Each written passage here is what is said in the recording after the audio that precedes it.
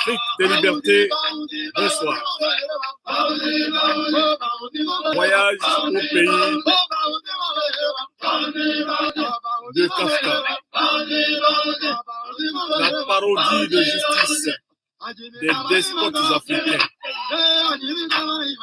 Procès kafkaïen des pro-Soro en Côte d'Ivoire. Procès kafkaïen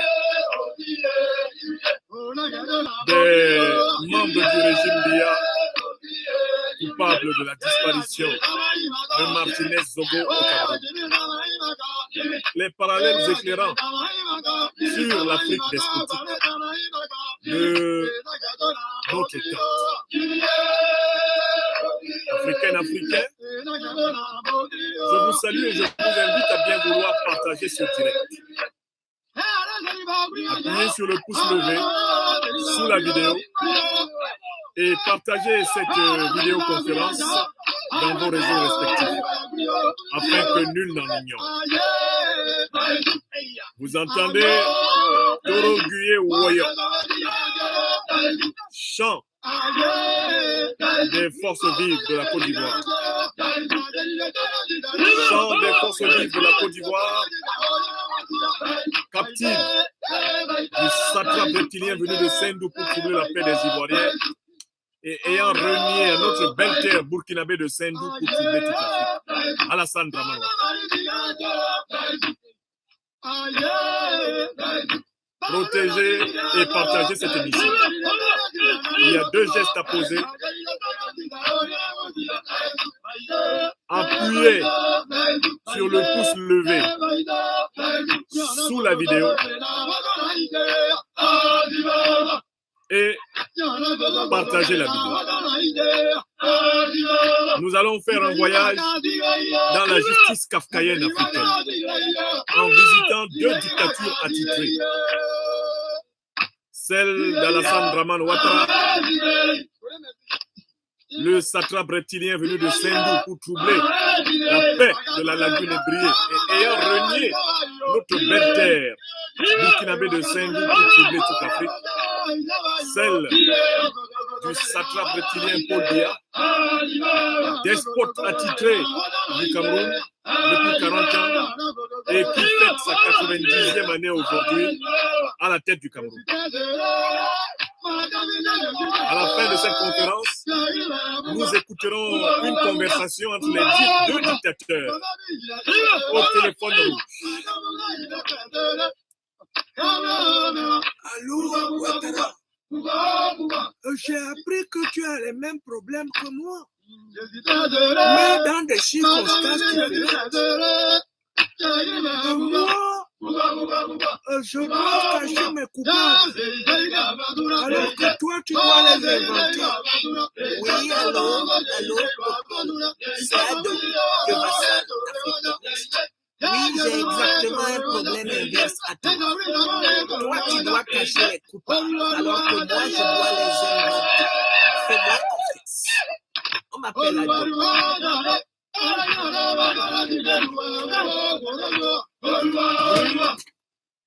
Ce sera l'objet de la 3e et dernière partie de cette conférence que je vous invite à partager. Une conférence consacrée à décrire les stratégies des satrapes. Les stratégies des satrapes reptiliens, afin que nul n'en ignore. Dédicace spéciale aux prisonniers politiques de Côte d'Ivoire, à nos compagnons, à nos frères de Génération et Peuple Solidaire, aux amis, aux compagnons de lutte du leader Guillaume Koumafori Soro. Dédicace spéciale au peuple ivoirien martyrisé, capturé, mis en otage par Ouattara Dramane et sa smala microbienne. Dédicace spéciale à mon pays natal. Pris en otage par la guerre successorale des héritiers de Paul Biya. Une guerre sanglante qui n'a pas fini de couper les têtes. Nous devons garder le courage nous devons garder la joie du combat. Car l'Afrique des libertés vaincra. Zou, zou, zou, zou, zou, zou.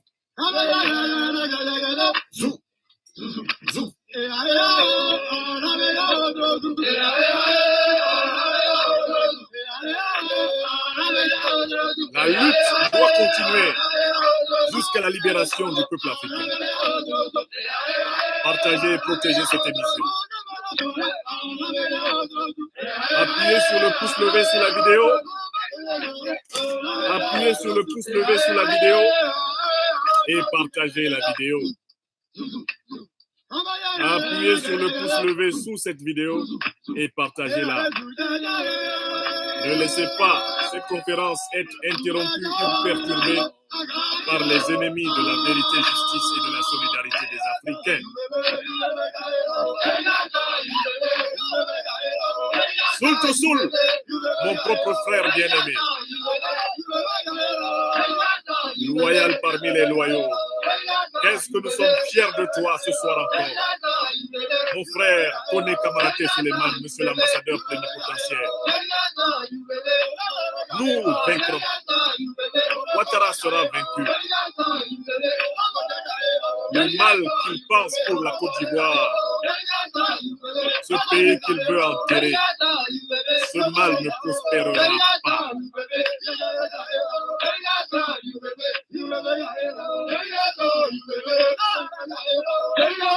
Le commandant Jean-Baptiste Kwame, Abdoulaye Fofana, commandant Koné Ardiouma Herman, les salutations fraternelles et l'union de prière et de pensée pour chacun d'entre vous.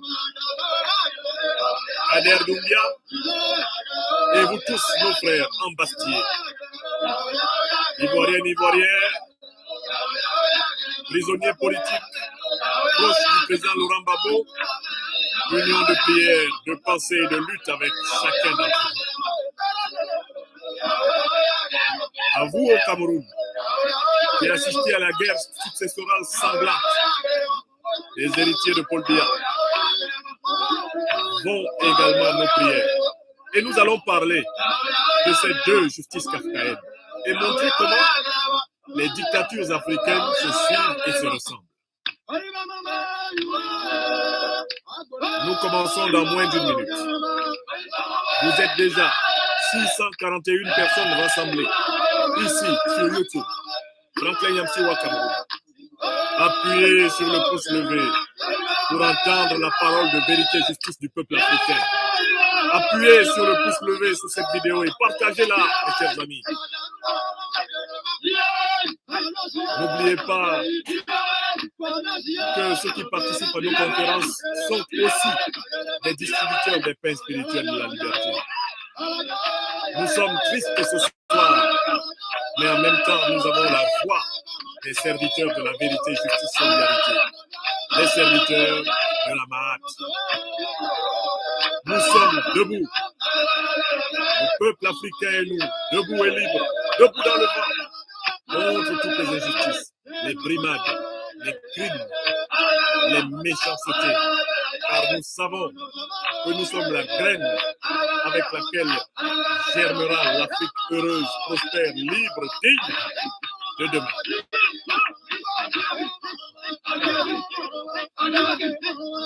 Ivoirienne, Ivoirien, Camerounaise, Camerounais, Africaine, Africain, amis asiatiques, amis américains, amis européens des luttes africaines pour la liberté, le serviteur des pains spirituels de la liberté des Africains vous salue. En cette journée du 13 février 2023, je voudrais m'adresser à vous pour commenter l'actualité judiciaire, ou plutôt pseudo-judiciaire, qui sévit aujourd'hui en Afrique d'expression française à travers les événements qui se déroulent dans deux pays, mon pays natal, le Cameroun, et mon pays adoptif, le premier en Afrique, la Côte d'Ivoire. Vous verrez à travers notre chronique, notre analyse des événements judiciaires qui se déroulent dans ces deux pays, comment toute l'Afrique est prise en otage par une catégorie extrêmement dangereuse d'Africains, les nègres de maison, les néocolonisés, les ennemis de l'émancipation, de l'indépendance, de la souveraineté, de la dignité, de la prospérité, les ennemis de l'humanité africaine. Vous verrez comment le diable s'exprime dans le détournement de la justice au Cameroun. Vous verrez comment le diable, le même, s'exprime dans le détournement de la justice en Côte d'Ivoire.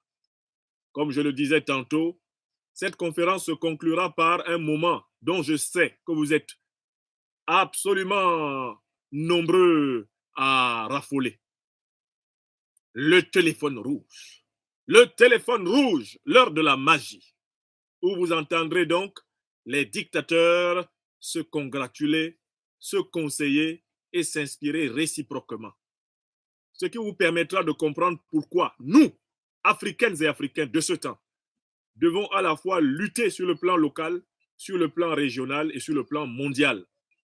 Et pourquoi, comme le disait si bien mon frère Kemi Seba et ma sœur bien-aimée Nathalie Yamba dans la journée, nous sommes condamnés à nous unir pour vaincre, car unis, nous sommes invincibles et nous faisons passer l'Afrique du seuil qualitatif de la domination au seuil qualitatif de la libération et de la souveraineté retrouvée. Quel est le programme de cette conférence? Et sans plus tarder, nous allons nous intéresser au premier dossier par lequel je voudrais commencer, le dossier camerounais. Le dossier camerounais a été accéléré ces derniers temps par l'assassinat crapuleux après un kidnapping devant un poste de gendarmerie à Yaoundé du journaliste Martinez Zogo. Pour mémoire, Martinez Zogo est un journaliste très connu de la place de Yaoundé au Cameroun et du Cameroun pour avoir régulièrement animé des chroniques sur sa radio dans les médias, parmi lesquelles chroniques il lui arrivait de dénoncer un certain nombre de pratiques de haute corruption propres aux pontes du régime. En particulier, Martinez Zogo s'était spécialisé dans la dénonciation de la fabrication des milliardaires administratifs, la fabrication de la bourgeoisie comprador au Cameroun. Les milliardaires administratifs, qu'on peut encore appeler la bourgeoisie comprador, ce sont des individus qui subitement se retrouvent milliardaires sans avoir procédé à la transformation de la matière, à la production de la marchandise et à sa commercialisation, afin d'établir une différence entre le prix de production et le prix de vente. Et cette différence s'appelle le bénéfice. Oui, l'Afrique fourmille de ces milliardaires administratifs, de ces bourgeois compradors, de ces milliardaires champignoniques qui poussent de terre comme des champignons sur la base d'un principe tout simple. Le prince de séance détourne une partie de la fortune publique. Pour blanchir cette fortune publique, il la confie à quelques individus chargés de laver plus blanc que blanc pour lui, lesquels font semblant d'exercer une activité économique qui n'est rien d'autre en réalité qu'un poste de recyclage, un gouffre pour bouffer matin, midi, soir, eh bien, les milliards détournés des caisses de l'État. Ils créent des entreprises PME ou même des holdings qui sont complètement à perte, c'est-à-dire qui fonctionnent uniquement comme des gouffres à sous, des estomacs sans fond, des entreprises où le principe de rentabilité n'est pas au cœur du management, mais qui sont simplement supposés recevoir sans cesse des subventions obscures sorties des caisses de l'État et nourrir toute une clientèle, eh bien, sociale, une clientèle culturelle, une clientèle ethnique, une clientèle politique et bien sûr une clientèle sexuelle, une clientèle orgiaque. Oui, je dois insister ce 13 février 2023 sur cette chose incongrue que M. Biya a surdéveloppée au Cameroun. C'est la pseudo-entreprise milliardaire, la pseudo-entreprise prospère, qui n'est rien d'autre qu'en réalité un masque, un éléphant blanc, un un géant aux pieds d'argile, c'est-à-dire une fausse vraie entreprise qui est une lessiveuse d'argent public.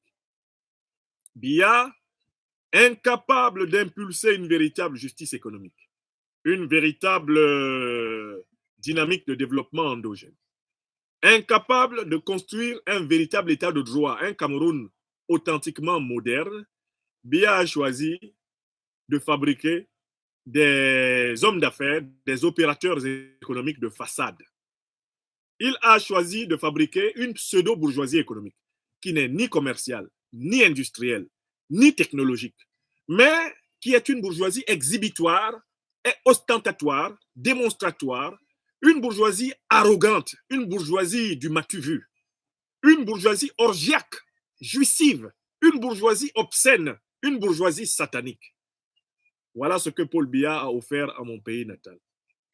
Après avoir veillé à piller et à faire s'effondrer les principaux fleurons de la banque, de l'industrie agricole, de l'industrie et bien de la recherche, qui commençait un temps soit peu à fleurir sous le régime de son prédécesseur Ahidjo, Biya a décidé de fabriquer des milliardaires flafla. C'est-à-dire en fait des milliardaires qui à la fin de chaque mois s'en vont chercher des milliards qu'ils vont dépenser et qui passent devant les pauvres Camerounais siphonnés, misérabilisés, lobotomisés pour des gens heureux, alors qu'il s'agit de voleurs, de plats voleurs. Il s'agit de brigands, de plats brigands. Il s'agit de filous et de fripons. Biya a fabriqué une oligarchie de milliardaires fripons, lesquels puisent directement dans les caisses du trésor public et sont chargés de nourrir la clientèle, je recommence, politique, la clientèle ethnique, la clientèle sexuelle, la clientèle opportuniste, et de donner l'impression qu'il y a une prospérité générée par l'État, alors qu'il y a tout simplement ce qu'on peut appeler une organisation de jouissance de façade, laissant plus de 90% des Camerounais hors du système. Voilà comment le régime Biya s'est ankylosé entre des bourgeois administratifs politiques dont Biya est le patron, et il n'a jamais déclaré, conformément à l'article 66 qui le lui exige pourtant dans la Constitution, sa fortune, et puis une bourgeoisie frelatée, pseudo-économique, qui est elle-même une fabrication de Paul Biya et qui est chargée de contrecarrer l'émergence d'une véritable bourgeoisie commerciale, d'une véritable bourgeoisie industrielle, d'une véritable bourgeoisie du génie technologique, d'une véritable bourgeoisie sortie des entrailles de la société camerounaise qui ne manque pas de talent en tout domaine. Ils ont tué le génie dans mon pays natal par ce mécanisme. Et ils ont commencé par détruire sauvagement l'école. Ils ont détruit l'université, ils ont détruit les institutions de recherche. Ils ont ringardisé les enseignants, ringardisé les chercheurs, ringardisé les intellectuels camerounais. Ensuite, ils ont détruit, bien sûr, la justice. En confisquant la justice entre les mains du pouvoir exécutif, ils ont fait de la justice un moyen d'autolégitimation du pouvoir politique.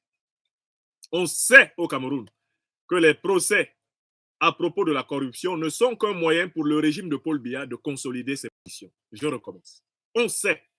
Et cela date du régime d'Ahidjo, à la fin des années 60, lorsqu'il va transférer la lutte contre la corruption à l'inspection générale de l'État du Cameroun, qui est une direction de l'administration gouvernementale centrale. À partir du moment où la lutte contre la corruption n'est plus l'affaire de magistrats indépendants du pouvoir exécutif et législatif, mais l'affaire de dirigeants du pouvoir exécutif nommés par le prétendu président de la République qui n'est rien d'autre qu'un chef d'État, la lutte contre la corruption est condamnée à l'échec. Ils ont donc tué la justice, mais ils ne se sont pas arrêtés là. Ils sont entrés dans la société camerounaise, ils ont tué la moralité. Ils ont favorisé la promotion du FEMAN, c'est-à-dire du détourneur international, du voleur tout-terrain. Ils ont sacralisé le prostitué et la prostituée. Hommes ou femmes qui donnent leur derrière en échange de quelques faveurs immédiates, en espèces sonnantes ou trébuchantes, en luxe ostentatoire ou en promotion canapé. Ils ont détruit la moralité de ce pays. Ils ne se sont pas arrêtés là. Ils ont inversé la spiritualité du pays. Tout ce qui était fait pour faire le bien, ils ont conditionné le fonctionnement de cela par le fait de faire le mal. Pour être pasteur, il faut faire des choses qui sont condamnables pour un pasteur. Pour être prêtre, il faut faire des choses qui sont condamnables pour un prêtre. Pour être ministre, il faut faire des choses qui sont condamnables pour un ministre. Pour être directeur d'une entreprise, il faut faire des choses condamnables pour une entreprise. En fait, ils ont créé la contre-initiation à tous les niveaux. Et ils ont fait des loges rosicruciennes, des loges maçonniques. Dans mon pays natal, des lieux de dévergondage, de destruction de la valeur et de la dignité humaine. Ils ont instauré des cultes satanistes dans toutes les poches et replis de la haute bourgeoisie nationale. Le sacrifice humain, le porti-porta, la pédophilie, les crimes rituels, la consommation de déjections humaines et des fluides humains, la fabrication de puissances mirifiques à travers le sacrifice d'albinos. Ils ont fait du Cameroun une terre consacrée au dieu Moloch. Ils ont fait du Cameroun un pays d'abomination secrète. Et ont fait passer dans la société le message suivant: pour être promotionné, tu dois faire des choses diaboliques. Pour arriver au sommet, tu dois être plus méchant que la méchanceté. Tu dois rivaliser en perversité pour arriver au sommet. Voilà comment nous avons désormais une société camerounaise inversée, où celui qui étudie est considéré comme un naïf, où celui qui est juste et véridique est considéré comme un naïf, où celui qui demande l'application de la loi est considéré comme quelqu'un qui dérange, où être opposant à ce qui est injuste est un crime. Le mot opposant étant désormais à lui tout seul une insulte. Oui, dans mon pays natal, quand on te traite d'opposant, on n'a pas besoin de dire un autre mot. Déjà, on t'a insulté. Parce que opposant, au Cameroun, signifie sous-homme. Tu n'as pas le droit de t'opposer. Le pays tout entier ayant été moutonisé, décérébré, lobotomisé, écrasé. Le pays tout entier étant soumis au règne de la terreur. Être opposant, c'est ne pas être camerounais.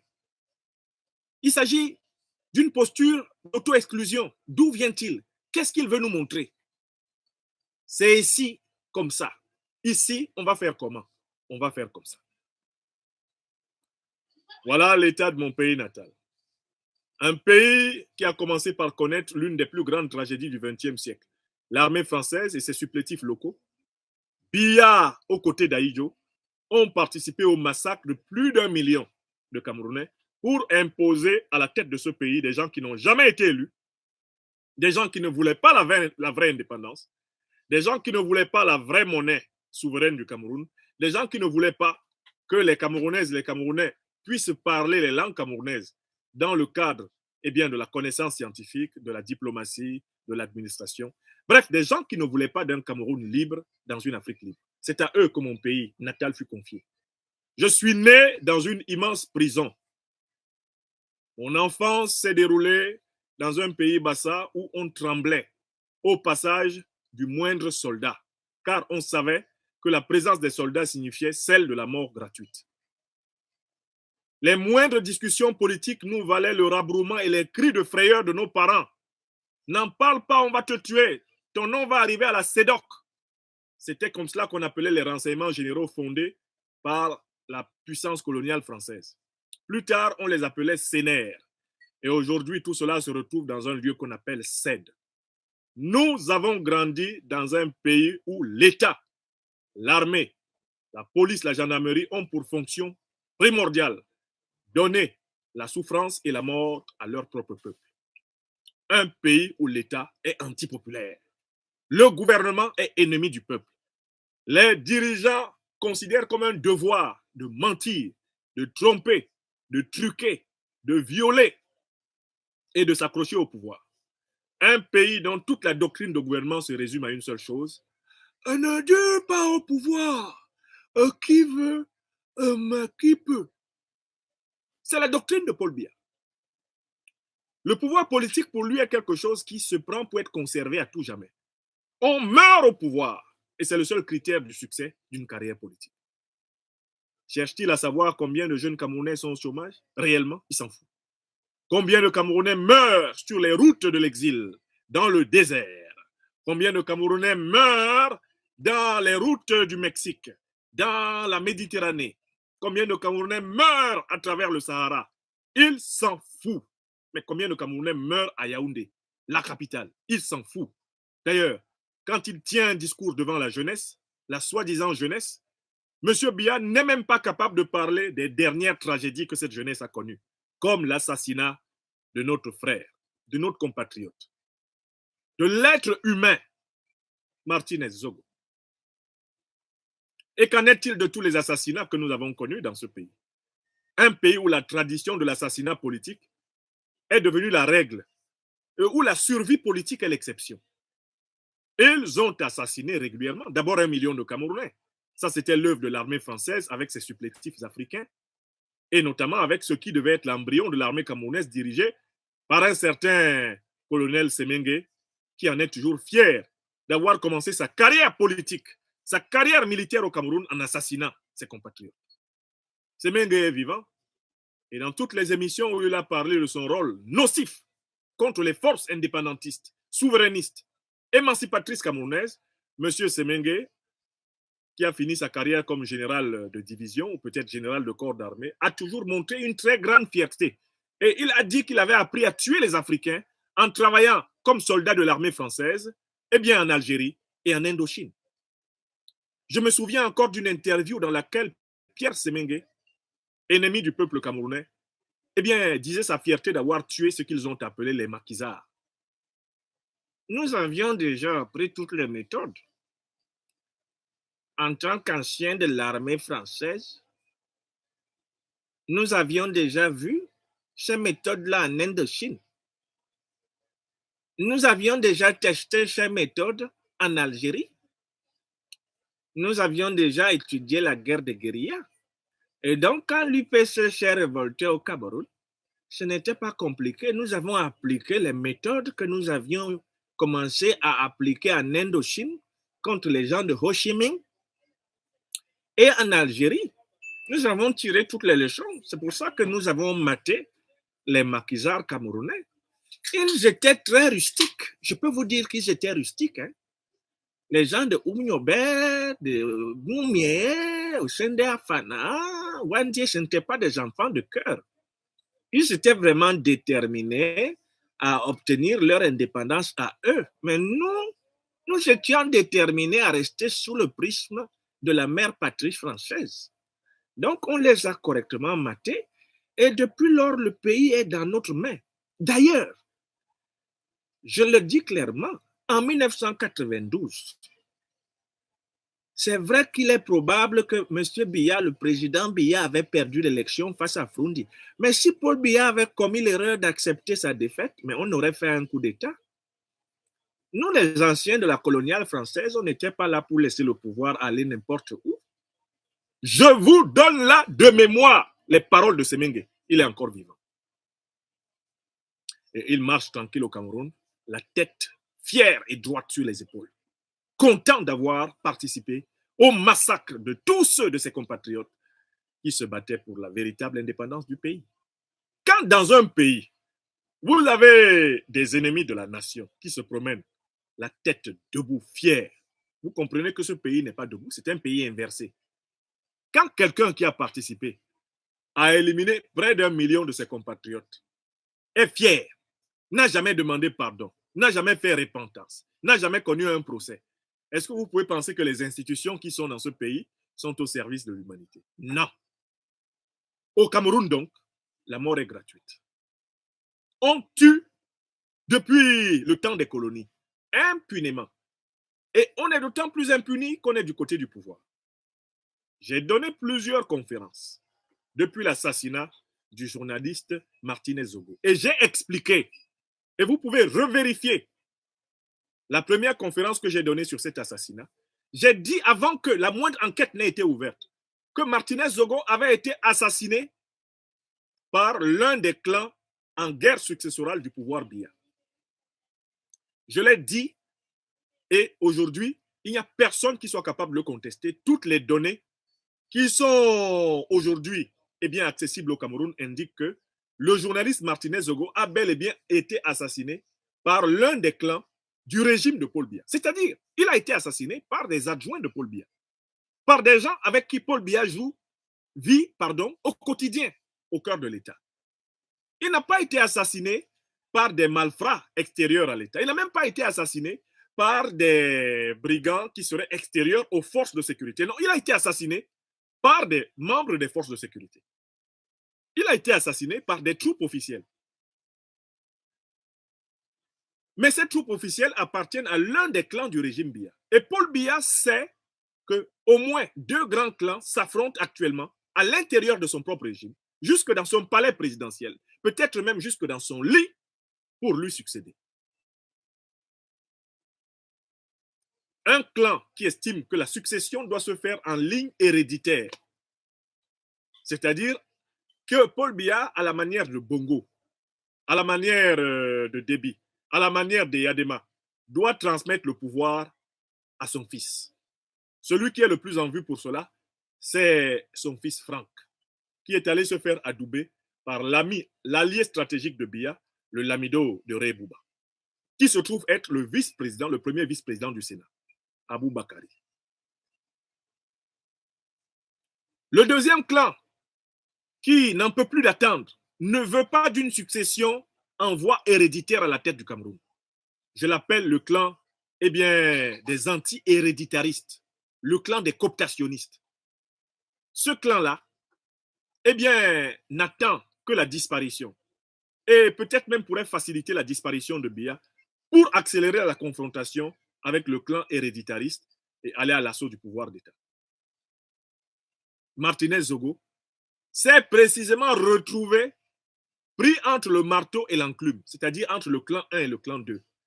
Il servait l'un des clans, parce que les 2 clans, officiellement, sont des pro-Biya. Martinez Zogo était un journaliste qui estimait que son rôle était de soutenir Paul Biya. Ce n'était pas un opposant. Il faut que les Africains et les Camerounais entendent très bien ce que je suis en train de dire. J'en suis à ma 4e émission sur l'assassinat de Martinez Zogo. 4. Et je crois que c'est la dernière. Martinez Zogo était un partisan de Paul Biya. On commence d'abord par là. Dans toutes ses prises de parole publiques, il mettait Paul Biya à côté. Dans toutes ses prises de parole publiques, il ne considérait pas que Paul Biya était en tort. Donc Martinez Zogo appartenait à l'un des clans qui aspirait à ce qu'après Paul Biya, ce soit ce clan-là qui hérite du pouvoir de Paul Biya. C'est important que les gens sachent que Martinez Zogo ne défendait pas l'opposition camerounaise. Les opposants camerounais sont remplis en prison. Même actuellement, ils sont encore en prison. Ce n'était pas le problème de Martinez Zogo. Quand le leader de l'opposition camerounaise a été jeté en prison, il n'y avait pas Martinez Zogo pour le défendre. Même si le leader de l'opposition camerounaise, le professeur Maurice Kamto, a quand même produit un communiqué de soutien, de compassion. Parce que la manière dont ce journaliste a été tué est une humiliation de l'humanité camerounaise. C'est inacceptable. Même quand tu détestes quelqu'un, tu ne dois pas souhaiter qu'il soit tué de cette façon. Il faut que vous sachiez que le journaliste là qui a été tué, c'est un partisan du pouvoir qui l'a tué. Je recommence une deuxième fois. Le journaliste qui a été tué au Cameroun, c'est un partisan du pouvoir qui l'a tué. Mais c'est l'une des ailes du pouvoir qui l'a tué. Parce qu'il dénonçait cette aile et qu'il était considéré comme nuisant aux potentialités de succession de cette aile. La tête de pont la plus visible de l'aile qui a tué Martinez Zogo, c'est le milliardaire administratif, le milliardaire champignonique, le bourgeois comprador, Amougou Belinga, Jean-Pierre. Ce monsieur n'a jamais transformé quoi que ce soit au Cameroun pour être milliardaire. Il a été fabriqué par le régime de Paul Biya, avec l'accord de Paul Biya. C'est un milliardaire fabriqué. C'est un milliardaire champignonique. J'entends par là qui a poussé comme un champignon, mais fabriqué par le pouvoir. C'est un bourgeois comprador, c'est-à-dire c'est quelqu'un qui est devenu un grand type uniquement parce qu'on a ouvert, déchiré les caisses de l'État pour lui donner l'argent public. Jean-Pierre Amougou Belinga représente l'un des clans de la succession. Et quand on dit qu'il représente l'un des clans de la succession, ça veut dire que ses partisans se retrouvent